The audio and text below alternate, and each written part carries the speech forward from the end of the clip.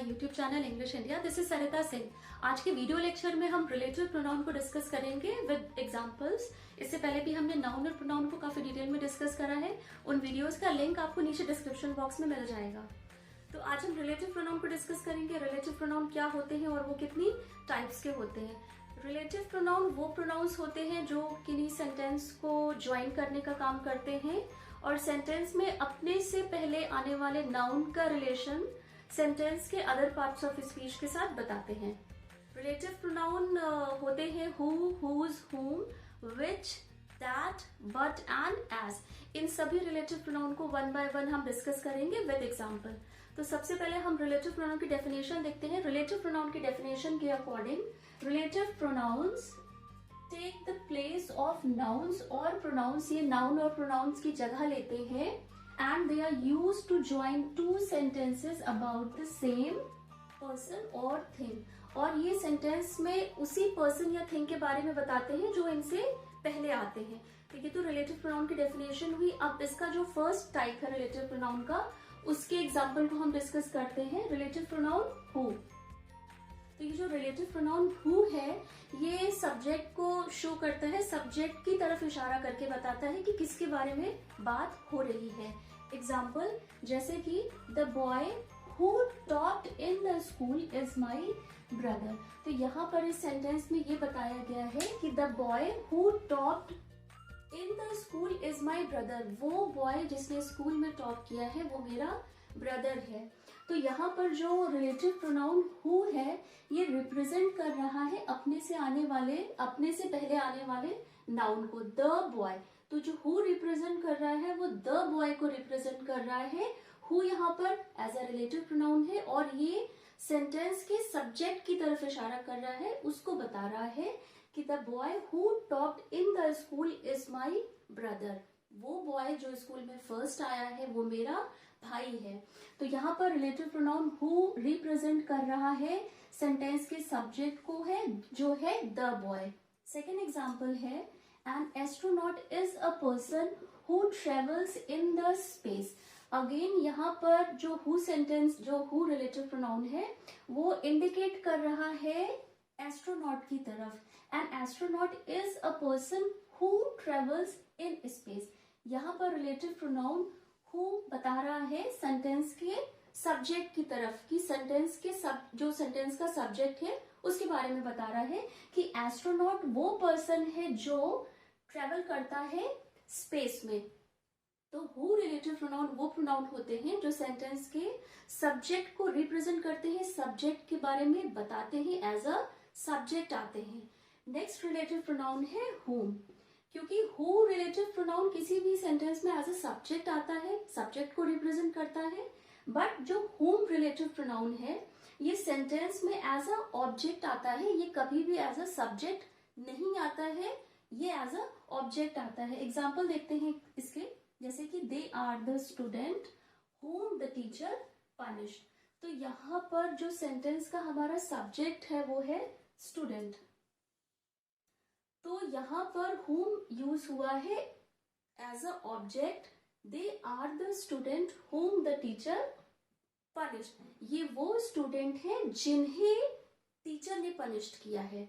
तो ये रिप्रेजेंट कर रहा है कि क्योंकि दे आर द स्टूडेंट, ये वो बच्चे हैं जिनको टीचर ने पनिश्ड किया है। तो ये एज अ ऑब्जेक्ट आया है और ये बता रहा है द टीचर के बारे में। whom the teacher punished, they are the student, ये वो बच्चे हैं जिन्हें टीचर ने पनिश्ड किया है। नेक्स्ट एग्जाम्पल है she is the girl whom I met in Jaipur. अब ये आप यहाँ पे देख रहे हैं कि एक ये सेंटेंस है she is the girl and I met in Jaipur, ये एक सेंटेंस है। तो रिलेटिव प्रोनाउन जो प्रोनाउंस होते हैं वो दो सेंटेंसेस को ज्वाइन करने का काम भी करते हैं। तो यहाँ पर whom एज अ ऑब्जेक्ट आया है क्योंकि यहाँ पर I एज अ सब्जेक्ट आया है। She is the girl whom I met in Jaipur, ये वो लड़की है जिसे मैं जयपुर में मिली थी।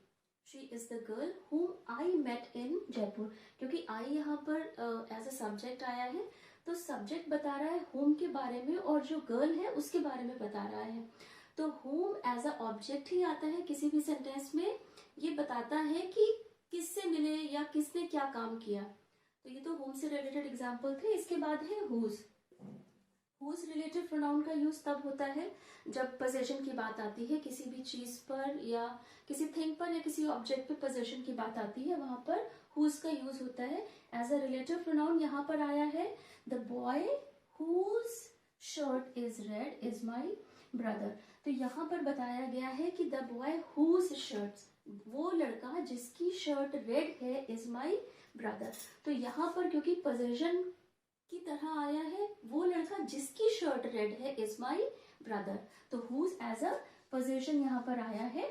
नेक्स्ट एग्जाम्पल है it was a beautiful hotel whose lobby is looked like a palace। ये it was a beautiful hotel, एक होटल की बात हो रही है, whose lobby, जिसकी lobby is look like a palace. तो पोजेशन की बात हो रही है, क्योंकि होटल की लॉबी की बात हो रही है इसलिए पोजेशन आया है, पोजेशन की बात हो रही है। Relative pronoun whose। लास्ट जो इसका एग्जाम्पल है which, who, whom, whose and which. तो विच का यूज होता है लाइफलेस थिंग्स के लिए, and lifeless things objects and animals के लिए होता है। एग्जाम्पल इसके देखते हैं। I saw a house which was built of marble. तो ये हाउस को रिप्रेजेंट कर रहा है, ये हाउस को रिप्रेजेंट कर रहा है, रिलेटिव प्रोनाउन है और इससे जस्ट पहले नाउन आया है। अपने सेंटेंस के नाउन का रिलेशन ये सेंटेंस के दूसरे पार्ट्स ऑफ स्पीच के साथ बता रहा है। जैसे आई सॉ अ हाउस, मैंने एक हाउस देखा जो बना था मार्बल का। तो अपने से आने वाले नाउन को रिप्रेजेंट कर रहा है, उसका रिलेशन हाउस कैसा बना था, मार्बल का बना था। तो रिलेटिव प्रोनाउन वो प्रोनाउन होते हैं जो अपने से पहले आने वाले नाउन का रिलेशन सेंटेंस के अदर पार्ट्स ऑफ स्पीच के साथ बताते हैं। नेक्स्ट एग्जांपल है इसका, these are the horse which belongs to him. Again यहाँ पर नाउन आया है, रिलेटिव प्रोनाउन अपने से पहले आने वाले नाउन का रिलेशन सेंटेंस के अदर पार्ट से बता रहे हैं। दीज आर द हॉर्सेस, ये वही हॉर्सेस है विच बिलोंग्स टू हिम, जो उसके हैं। तो रिलेटिव प्रोनाउन वो प्रोनाउंस होते हैं जो अपने सेंटेंस में अपने से पहले आने वाले नाउन का रिलेशन सेंटेंस के अदर पार्ट्स ऑफ स्पीच के साथ बताते हैं। तो अभी हमने हु, whom, whose, which को डिस्कस करा है। हु एज अ सब्जेक्ट आता है किसी भी सेंटेंस में, सब्जेक्ट को रिप्रेजेंट करता है, क्योंकि यहाँ the boy who topped in the school is my brother की बात हो रही है। तो जो हु रिलेटिव प्रोनाउन है ये रेफर कर रहा है या रिप्रेजेंट कर रहा है सेंटेंस के सब्जेक्ट को, द बॉय के बारे में बता रहा है। सेकेंड एग्जाम्पल है an astronaut is a person who travels in the space। ये हु रिप्रेजेंट कर रहा है एस्ट्रोनॉट को, एस्ट्रोनॉट के बारे में बता रहा है। अगेन यहाँ पे देखिए हु से पहले भी नाउन आया है, person is a noun. Next हमने देखा था whom relative pronoun as a use as a object, इसका यूज होता है सेंटेंस में एज अ ऑब्जेक्ट, ये आता है एज अ ऑब्जेक्टिव केस में आता है रिलेटिव प्रोनाउन। ये शो करता है जिनके बारे में बात हो रही है, जैसे कि she is the girl whom I met in Jaipur, क्योंकि आई यहाँ पर सब्जेक्ट है, क्योंकि मैं मिली थी। शी इज द गर्ल, ये वो लड़की है जिससे मैं जयपुर में मिली थी। तो क्योंकि मैं यहाँ पे सब्जेक्ट हूँ, तो जिससे मैं मिली थी वो सेंटेंस में एज अ ऑब्जेक्ट आएगा, और ये whom उसी गर्ल को रिप्रेजेंट कर रहा है जिससे मैं मिली थी। नेक्स्ट है whose। whose का यूज होता है पोजेशन बताने के लिए, ये कि ये चीज किसकी है, ये किसका है, ये किसके हैं। तो उस कंडीशन में whose का यूज होता है, रिलेटिव प्रोनाउन है, इससे पहले नाउन आता है और ये पोजेशन की बात करता है। जैसे the boy whose shirt is red is my brother। विच का यूज होता है किसी भी लाइफलेस थिंग्स, ऑब्जेक्ट या एनिमल को रिप्रेजेंट करता है। I saw a house which was build of marble, मैंने एक घर देखा जो मार्बल का बना हुआ था। विच रिलेटिव प्रोनाउन है, इससे पहले हाउस आ रहा है, हाउस एक नाउन है। नेक्स्ट एग्जाम्पल इसका जो था, these are the horses which belongs to him. तो यहाँ पर हॉर्सेस आया है। एनिमल्स मैंने आपसे कहा था कि विच का यूज ऑब्जेक्ट्स थे या एनिमल्स के लिए होता है, तो यहाँ पर ये रिप्रेजेंट कर रहा है विच रिलेटिव प्रोनाउन, हॉर्सेस के बारे में बता रहे हैं जो बिलोंग करते हैं किसी पर्सन को। तो ये तो रिलेटिव प्रोनाउन के who, whose, whom and which से रिलेटेड एग्जाम्पल थे। इसके बाद हम दैट का use and but and as के यूज को भी डिस्कस करते हैं। तो अभी जिन रिलेटिव प्रोनाउन को हमने डिस्कस करा वो थे who, whom, whose and which. Who relative pronoun आता है पर्सन्स के लिए और ये एज ए सब्जेक्ट आता है। whom रिलेटिव प्रोनाउन भी पर्सन्स के लिए आता है और ये एज अ ऑब्जेक्ट आता है सेंटेंस में। एंड रिलेटिव प्रोनाउन विच किसी थिंग, ऑब्जेक्ट या एनिमल को रिप्रेजेंट करता है। एंड हुज का यूज होता है जब पोजेशन की बात होती है, as a relative pronoun whose का यूज होता है जब किसी थिंग पर, किसी ऑब्जेक्ट पर पोजेशन की बात होती है, वहां पर रिलेटिव प्रोनाउन हुज का यूज होता है। अब हम डिस्कस करेंगे रिलेटिव प्रोनाउन दैट का यूज कहां पर होता है। ऑल्दो रिलेटिव प्रोनाउन दैट का use who, whom and which की जगह पर होता है, बट कुछ इसी से रिलेटेड कुछ इंपॉर्टेंट पॉइंट्स है, उनको हम डिस्कस करते हैं कि रिलेटिव प्रोनाउन दैट का यूज कहां पर कर सकते हैं या कहां पर होता है। तो इसका जो पहला पॉइंट है वो है दैट। जो दैट रिलेटिव प्रोनाउन है इसका यूज हम कर सकते हैं used in the place of who, whom और which। दैट का यूज हम हु, whom एंड which की जगह भी कर सकते हैं। एग्जाम्पल्स देखते हैं, जैसे कि I have lost the watch that you gave me, मतलब मैंने वो घड़ी खो दी है जो तुमने मुझे दी थी। तो यहाँ पर क्योंकि ये रिलेटिव प्रोनाउन दैट है, यहाँ पर हम हु, whom या which का भी यूज कर सकते हैं। जैसे I have lost the watch which you gave me, तो इंटरचेंजेबल है। दैट की जगह हम कुछ केसेस में हु, whom या which की जगह हम कुछ केसेस में दैट का यूज करते हैं। नेक्स्ट एग्जाम्पल है इसमें the boys that you praised were pleased. तो यहाँ पर द बॉय क्योंकि नाउन है, यहाँ पर हम whom भी लगा सकते हैं। The boys whom you praised were pleased। तो जो दैट रिलेटिव प्रोनाउन है वो लग सकता है हु, whom एंड which की जगह। रिलेटेड एग्जांपल्स आपने देखे। आप जो दैट का यूज है वो और किन जगह पे हम कर सकते हैं उसे देखते हैं, जैसे कि after the superlative degree of adjective. जो एडजेक्टिव की सुपरलेटिव डिग्रीज होती हैं उनसे उनके बाद में रिलेटिव प्रोनाउन दैट का यूज होता है। एग्जाम्पल जैसे कि she is the most intelligent student that I taught. तो यहाँ पर क्योंकि जो मोस्ट है ये एडजेक्टिव की सुपरलेटिव डिग्री है, she is the most intelligent student that I taught. तो दैट का यूज यहाँ पर हुआ है क्योंकि सेंटेंस में एडजेक्टिव की सुपरलेटिव डिग्री है। नेक्स्ट इसका एग्जाम्पल है this is the best that I can do for you. Means कि यहाँ पर आप देख रहे हैं द बेस्ट एडजेक्टिव की सुपरलेटिव डिग्री है, गुड, बेटर, बेस्ट होता है, तो ये थर्ड डिग्री है, सुपरलेटिव डिग्री है। तो जो एडजेक्टिव की सुपरलेटिव डिग्रीज होती हैं उनके बाद भी जो दैट रिलेटिव प्रोनाउन है उसका यूज होता है। नेक्स्ट इसका जो पॉइंट है दैट का वो है after two antecedents whether it be a person, thing और एन एनिमल। अगर एक ही सेंटेंस में किसी पर्सन की बात हो रही है या किसी थिंग की बात हो रही है या किसी एनिमल की बात हो रही है इन अ वन सेंटेंस, उस कंडीशन में भी हम दैट रिलेटिव प्रोनाउन का यूज करते हैं। उसी से रिलेटेड एग्जांपल देखते हैं, जैसे कि द बॉय, क्योंकि द बॉय यहाँ पर पर्सन की बात हो रही है, the boy and his dog. तो डॉग यहाँ पर क्योंकि एनिमल है एंड बॉय यहाँ पर पर्सन है, तो पर्सन के अकॉर्डिंग अगर हम रिलेटिव प्रोनाउन का यूज करते हैं तो हु होगा। एंड क्योंकि एनिमल है यहाँ पर डॉग है, तो डॉग के अकॉर्डिंग अगर हम रिलेटिव प्रोनाउन लगाते हैं तो वो विच होगा। बट अगर इन केस अगर किसी सेंटेंस में नाउन भी है एंड एनिमल है, पर्सन और एनिमल की बात हो रही है, उस सिचुएशन में यहाँ पर जिस रिलेटिव प्रोनाउन का यूज होगा वो होगा दैट। जैसे कि एग्जाम्पल है the boy and his dog that trespassed on the school premises were chased out। तो यहाँ पर एक ही सेंटेंस में एक पर्सन की बात हो रही है और एक एनिमल की बात हो रही है। अगर हम पर्सन के अकॉर्डिंग रिलेटिव प्रोनाउन का यूज करेंगे तो यहाँ पर हु लगना चाहिए, या अगर हम एनिमल के अकॉर्डिंग यहाँ पर जिस रिलेटिव प्रोनाउन का यूज करेंगे तो विच होना चाहिए। लेकिन इन केस अगर एक ही सेंटेंस में पर्सन एंड एनिमल दोनों की बात हो रही है, वहां पर जिस रिलेटिव प्रोनाउन का यूज होगा वो दैट होगा। नेक्स्ट इसका जो एग्जाम्पल है वो है after N ordinal number. Ordinal number आपको पता होंगे, जैसे होता है सेकेंड, थर्ड, फोर्थ, फिफ्थ, ये ऑर्डिनल नंबर्स हैं। तो जब सेंटेंस में ऑर्डिनल नंबर्स आते हैं वहां पर भी दैट का यूज होता है। एग्जाम्पल देखते हैं इसका, जैसे कि he was the third player, यहाँ पर जो थर्ड है ये ऑर्डिनल नंबर है, he was the third player that was turned out of the field. तो ऑर्डिनल नंबर का यहाँ पे यूज हुआ है, दैट का यूज ऑर्डिनल नंबर के साथ भी होता है, ऑर्डिनल नंबर के साथ होता है।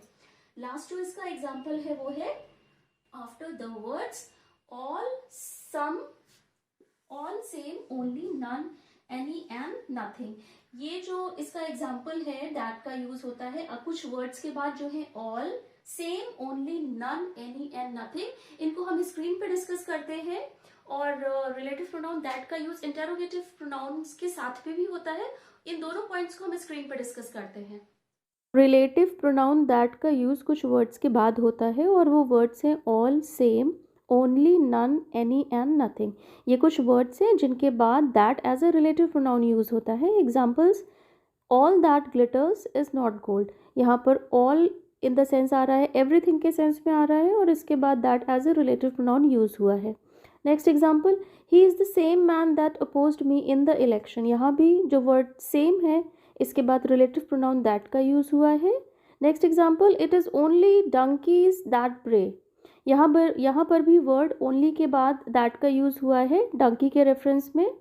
नेक्स्ट एग्जाम्पल है there was none that did not enjoy the show. Again यहाँ पर वर्ड नन आया है और उसके बाद that as a relative pronoun use हुआ है। नेक्स्ट एग्जाम्पल है there is nothing that should frighten you. यहाँ पर भी जो वर्ड नथिंग है उसके बाद that as a relative pronoun आया है।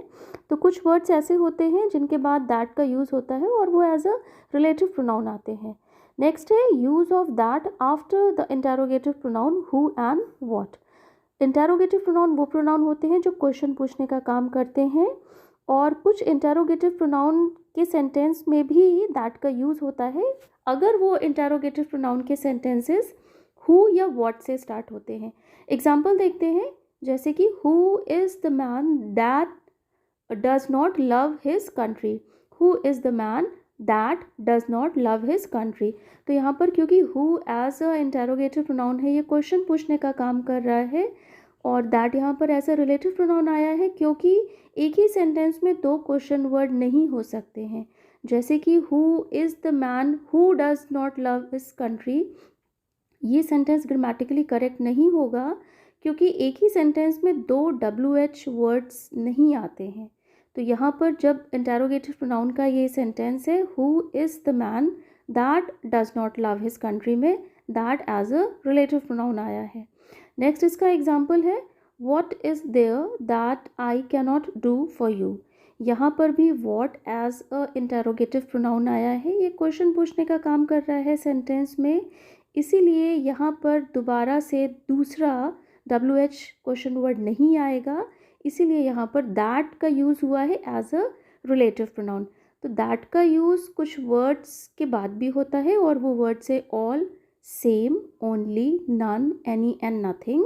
और दैट का यूज़ इंटेरोगेटिव प्रोनाउन के सेंटेंसेस में भी आता है अगर वो इंटेरोगेटिव प्रोनाउन के सेंटेंसेस हु या व्हाट से स्टार्ट होते हैं। रिलेटिव प्रोनाउन एज को डिस्कस करते हैं, जब किसी भी सेंटेंस में जैसा है वाली फीलिंग आती है वहां पर रिलेटिव प्रोनाउन एज का यूज होता है। एग्जांपल्स देखते हैं इसके। The word as is used as a relative pronoun, as a relative pronoun use होता है फॉर पर्सन्स और thing after the word such as and the same. As का use as a relative pronoun होता है, किसी person या thing के लिए होता है। कुछ जो सेंटेंस होते हैं, कुछ जो वर्ड्स होते हैं जैसे कि such as and the same, इनके बाद होता है और जैसा ही वाली फीलिंग को दिखाने के लिए इसका यूज होता है। एग्जाम्पल देखते हैं इसके, जैसे कि my opinion is the same as yours. यहाँ पर वर्ड द सेम है, एज रिलेटिव प्रोनाउन है, तो यहाँ पर जब फीलिंग आती है जैसा है, जैसा है, जैसे कि मेरे ओपिनियन वैसे ही हैं जैसे कि तुम्हारे हैं, तो जब ये फीलिंग आती है तो यहाँ पर एज का यूज होता है। नेक्स्ट एग्जाम्पल है he is such a man as everyone respect him. He is such a man, वो ऐसे पर्सन है जैसे सब रिस्पेक्ट करते हैं उनकी। He is such a man as everyone respect him, उनकी सभी रिस्पेक्ट करते हैं। वो ऐसे पर्सन है जैसे पर्सन्स की रिस्पेक्ट सब लोग करते हैं। तो जब जैसा है वाली फीलिंग आती है वहां पर रिलेटिव प्रोनाउन एज का यूज होता है। इसके बाद हम देखते हैं बट का use as a relative pronoun भी होता है, बट इसमें कुछ पॉइंट्स है जिनको आपको नोटिस में रखना है, माइंड में रखना है। जैसे कि the word but is use as a relative pronoun when it means who not, which not and that not. As a relative pronoun ये यूज होता है, बट जब ये सेंस देता है who not का, which not का and that not का, and after the negative words like no, not, none, nothing and nobody. और ये जो relative pronoun but है इसका यूज होता है कुछ जो वर्ड्स होते हैं negative word no, not, none, nothing, इन वर्ड्स के बाद में इसका यूज होता है। एग्जाम्पल्स देखते हैं इसके, जैसे कि there is no Indians but, यहाँ पर नेगेटिव वर्ड है no, there is no Indians but knows the story of the Ramayana. तो ये जब सेंस निकल रहा है कि there is no Indian who does not know the story of Ramayana, there is no Indian who does not, जब who not का sense आता है तब वहां पर बट का यूज होता है। There is no Indians who does not know the story of the Ramayana. Second point है, एग्जाम्पल है he has nothing, negative word है he has nothing but is useful. It means कि उसके पास ऐसा कुछ भी नहीं है जो यूजफुल ना हो। तो ये सेंस दे रहा है विच नॉट का। इट मीन्स कि ही has nothing which is not useful, उसके पास ऐसी कोई भी चीज नहीं है जो यूजफुल ना हो। इट मीन्स कि उसके पास वो सभी चीजें हैं जो यूजफुल हैं। तो जब विच नॉट का सेंस आ रहा है he has nothing which is not useful, तो यहाँ but as a relative pronoun use हुआ है जब वो रेफर कर रहा है विच नॉट को। नेक्स्ट इसका एग्जाम्पल है there is no rose, negative sentence है there is no rose but as there is no rose but has some thorns. It means कि ऐसा कोई भी रोज नहीं है जिसमें कांटे ना हो।